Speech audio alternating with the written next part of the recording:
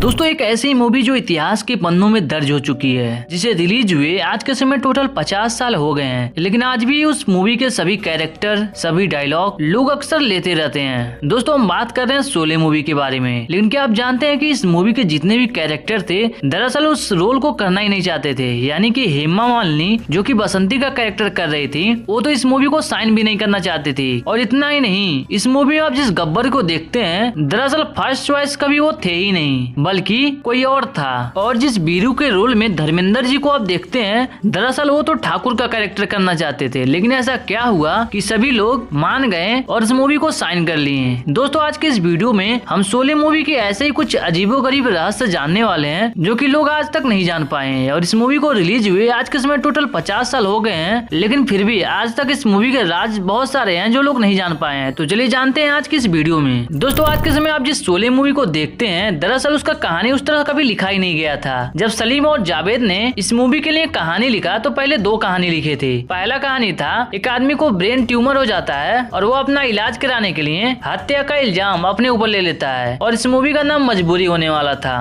दोस्तों दूसरा कहानी था एक आर्मी ऑफिसर था जिसके परिवार वालों को एक डकैत मार देता है, और वो उसका बदला लेने के लिए आर्मी में से ही दो ऐसे आर्मी वालों को जिनके ऊपर कोर्ट मार्शल चल रहा होता है उससे वो बदला लेना चाहते हैं। लेकिन इस मूवी में उनको थोड़ा प्रॉब्लम नजर आया कि इसमें आर्मी से परमिशन लेना पड़ेगा और इस मूवी को बहुत ज्यादा दिन लग सकता बनने के लिए, इसलिए इस कहानी पर आगे काम नहीं किया गया। दोस्तों बता दें कि जो पहला मूवी था ब्रेन ट्यूमर वाला, इसको बनाने के लिए टोटल 2 लाख का खर्च आ रहा था और इस मूवी को 1 लाख। अब इस मूवी के जो प्रोड्यूसर थे वो दूसरे मूवी के लिए हाँ कर दिए, यानी कि आर्मी ऑफिसर वाला जो कहानी था उसको हाँ कर दिया गया। लेकिन इसमें प्रॉब्लम था, इसीलिए इस आर्मी ऑफिसर का कैरेक्टर हटाकर यहाँ पर पुलिस का कैरेक्टर डाला गया, और यहाँ पर जो कोर्ट मार्शल वाले आर्मी ऑफिसर थे इनको हटाकर यहाँ पर 2 चोर का कैरेक्टर डाला गया। और इसके बाद यहाँ से कहानी पूरा तैयार हुआ जय और बीरू का और ठाकुर का और गब्बर का। दोस्तों इस मूवी में जो आप गब्बर का कैरेक्टर देखते हैं इसमें भी एक अलग कहानी है। दरअसल स्टार्टिंग में गब्बर का कैरेक्टर डेनी करने वाले थे, लेकिन डेनी उस समय धर्मात्मा मूवी में बिजी थे जो कि फिरोज खान की मूवी थी, और इस मूवी को अफगानिस्तान में शूट होना था और अफगानिस्तान गवर्नमेंट से उस समय इस मूवी के लिए परमिशन भी लिया गया था कि आप इस समय से इस समय तक इस मूवी का शूटिंग अफगानिस्तान में कर सकते हैं। लेकिन दिक्कत ये भी था कि डेनी उस समय शोले मूवी के लिए भी मान गए थे, लेकिन ये डेट सुने इन दोनों मूवी का डेट लगभग आसपास ही था, यानी कि सेम टाइम पर। अब दिक्कत ये आ गया कि गब्बर मूवी के लिए कॉस्ट्यूम रेडी था और डेट भी बहुत ही नजदीक आ गया था। फिर डेनी को इस शोले मूवी को छोड़ना पड़ा और वह धर्मात्मा मूवी में लग गए। उसके बाद सवाल ये आता है कि अब गब्बर का रोल करेगा कौन। दोस्तों बता दें कि उस समय अमजद खान यानी कि जो प्रेजेंट टाइम में उस मूवी में गब्बर बने हैं वह थिएटर करते थे, और जावेद अख्तर जो कि इस मूवी के राइटर थे वह इनको बहुत अच्छे तरीके से जानते थे, और ये अक्सर सलीम खान से जिक्र करते रहते थे कि अमजद खान थिएटर में बहुत अच्छा एक्टिंग करता है। उसके बाद क्या हुआ, उसके बाद सलीम और जावेद ने उसे बुलाया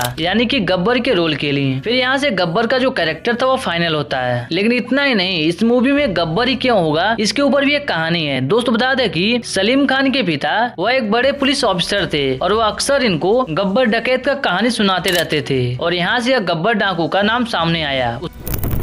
गब्बर का नाम लिया गया डकैत का। सलीम खान के पिताजी पुलिस में बड़े अफसर थे, तो वो गब्बर नाम का एक डकैत था इंदौर के आसपास, उसका जिक्र वो करते रहते थे, तो गब्बर सिंह का नाम वहां से लिया गया।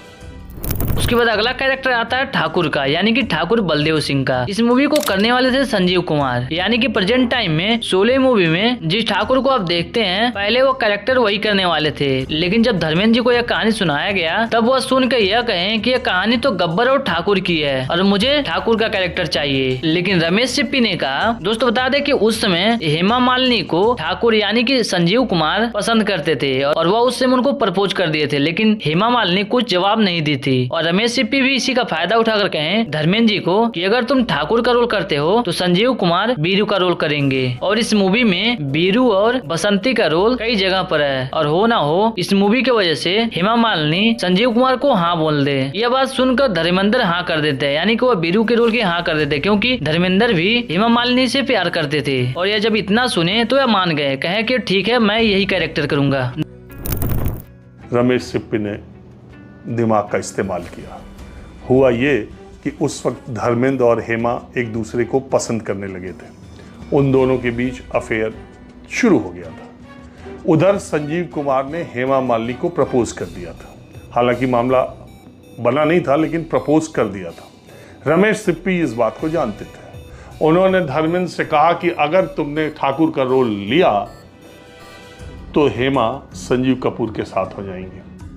दोस्तों अभी देखेंगे कि उस मूवी के बाद धर्मेंद्र और हेमा मालिनी का शादी हो जाता है, जहां पर पहले धर्मेंद्र जी का पहले से शादी हो चुका रहता है, लेकिन वह हेमा मालिनी को पसंद करते हैं, जिसकी वजह से वह दोबारा शादी कर लेते हैं। और दोस्तों नेक्स्ट कैरेक्टर आता है जय का, और स्टार्टिंग में इस कैरेक्टर को शत्रुघ्न सिन्हा करने वाले थे, लेकिन किसी तरीके से अमिताभ बच्चन को दिया गया है। दोस्तों बता दें कि अमिताभ बच्चन का मूवी उस समय बहुत ही फ्लॉप चल रहा था। उस समय वह जो भी मूवी बना रहे थे फ्लॉप चल रहे थे, लेकिन किसी तरीके से इनको जय का कैरेक्टर मिला। अब यहाँ से जय और बीरू का भी कहानी फाइनल होता है। लेकिन दोस्तों इस मूवी में जय और बीरू का ही नाम क्यों आया है? दोस्तों बता दें कि इसके पीछे भी कहानी है। जावेद अख्तर के स्कूल में जय और बीरू नाम के दो दोस्त हुआ करते थे, और इस मूवी में ये जो नाम थे वहीं से आए, यानी कि जावेद अख्तर के स्कूल के जो दोस्त थे वहाँ से इन दोनों दोस्ती वाला नाम का कहानी आता है। दोस्तों अब लास्ट कैरेक्टर आता है बसंती का, यानी कि हेमा मालिनी का। दोस्तों बता दें कि हेमा मालिनी तो इस मूवी में काम भी नहीं करना चाहती थी, क्योंकि इस मूवी में उनका रोल बहुत ही छोटा था। इसके पहले वो कई मूवी कर चुकी थी जो कि हिट गया था। इसके पहले वो सीता और गीता मूवी की थी जो कि हिट गया था, जिसकी वजह से ये इतना छोटा मूवी नहीं करना चाहते थे, क्योंकि इस मूवी में उनका रोल बहुत ही छोटा था और वो जानती थी अगर इस मूवी को हम किए तो मेरा इमेज खराब होगा।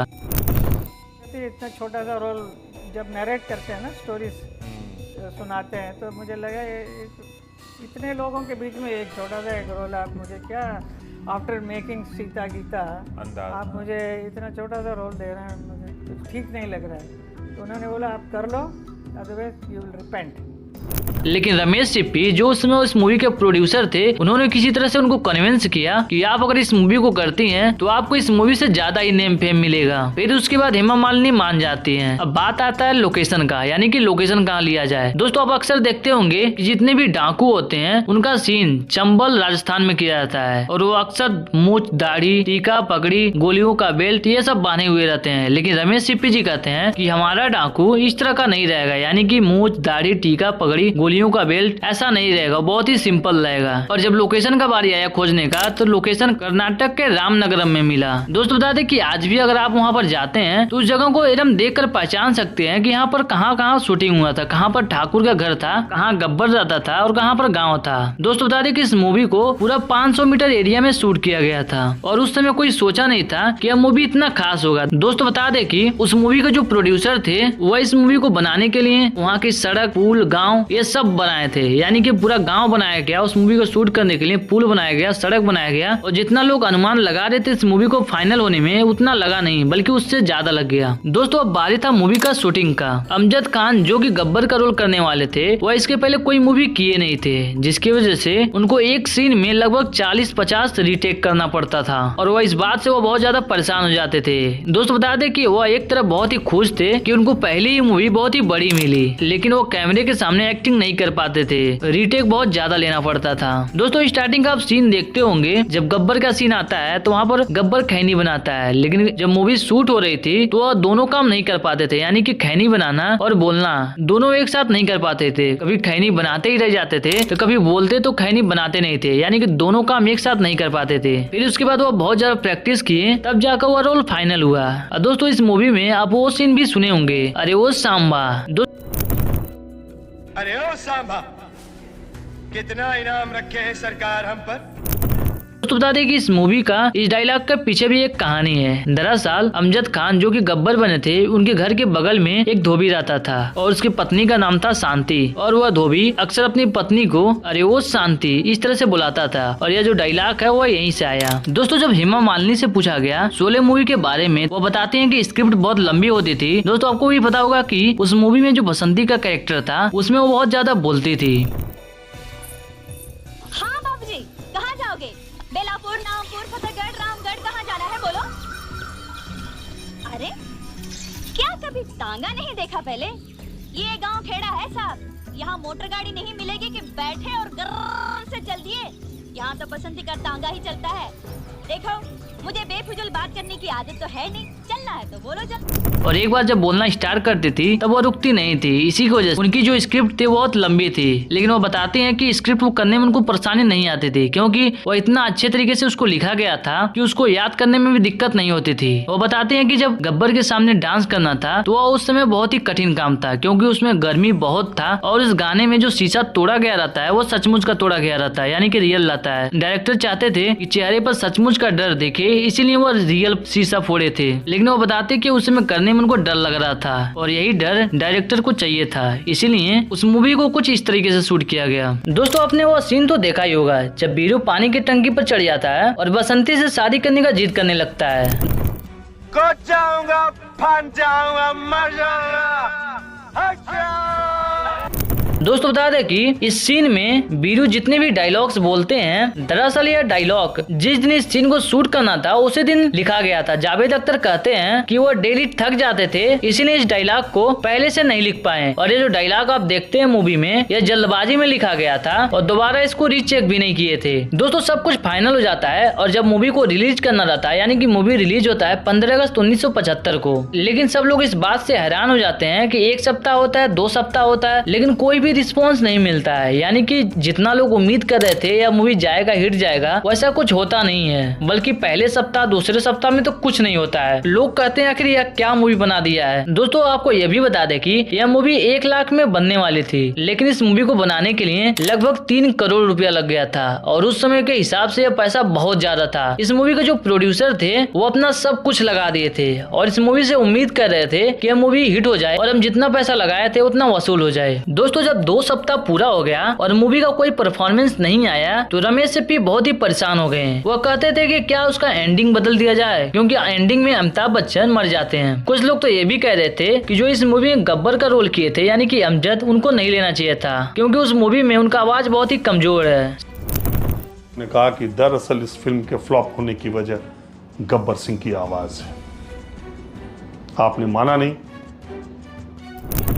सलीम और जावेद तो यह भी कहते थे कि गब्बर की आवाज को डब कर दिया जाए, लेकिन रमेश सिप्पी ने हार नहीं माना। उन्होंने कहा कि इस मूवी में कुछ भी चेंज नहीं किया जाएगा। दोस्तों जब 2 सप्ताह हो गया मूवी नहीं चला तो अमजद जो इस मूवी में गब्बर बने थे उनको डर इस बात का लग रहा था कि यह मूवी उनकी वजह से फ्लॉप हो रही है, क्योंकि बाकी सब तो नामी एक्टर थे। अगर कोई नया था तो थे अमजद, यानी कि जो गब्बर के रोल किए थे, और ये इसके पहले एक भी मूवी भी नहीं किए थे और ये इनका पहला मूवी था। सब लोग डरे हुए थे। बहुत सारे लोग तो अमजद को कह रहे थे कि ये तुम्हारे वजह से मूवी हिट नहीं हो रहा है। कहानी तब बदलती है जब तीसरे सप्ताह से मूवी पिकअप पकड़ती है और धीरे धीरे ये उस समय की सबसे सुपर हिट मूवी बन जाती है। दोस्तों आज के समय आप जितने भी मूवी देखते होंगे उस मूवी में हीरो, हीरोइन, गुंडे का कैरेक्टर, सिर्फ यही सब फेमस होता है, लेकिन आप शोले मूवी देखेंगे तो उस मूवी में जितने भी लोग काम किए रहते हैं सबका कैरेक्टर सब फेमस होता है, सबके डायलॉग्स जो आज भी लिए जाते हैं। आज तक ऐसा इतिहास में कभी नहीं हुआ है कि किसी मूवी के इतने कैरेक्टर, इतने डायलॉग सब एक ही मूवी से बहुत हिट हो गए हो। दोस्तों इस मूवी को रिलीज हुए टोटल 50 साल हो गए हैं, लेकिन आज भी उस मूवी के गब्बर का सीन हो या ठाकुर का या जय वीरू का, उस मूवी का जो गाना है वो आज भी ट्रेंड करता है। दोस्तों आशा करते हैं ये छोटी सी जानकारी आपको पसंद आई होगी। दोस्तों बता दें कि इस वीडियो को बनाने के लिए मुझे बहुत ज्यादा रिसर्च करना पड़ा है। आप मेरे मेहनत को व्यर्थ ना जाने दें। आप इस वीडियो को लाइक, इस चैनल को सब्सक्राइब और इस मूवी के बारे में आपका क्या राय है आप अपना राय जरूर दें। मिलते हैं नेक्स्ट वीडियो में ऐसे ही इंफॉर्मेटिव वीडियो के साथ, तब तक के लिए गुड बाय।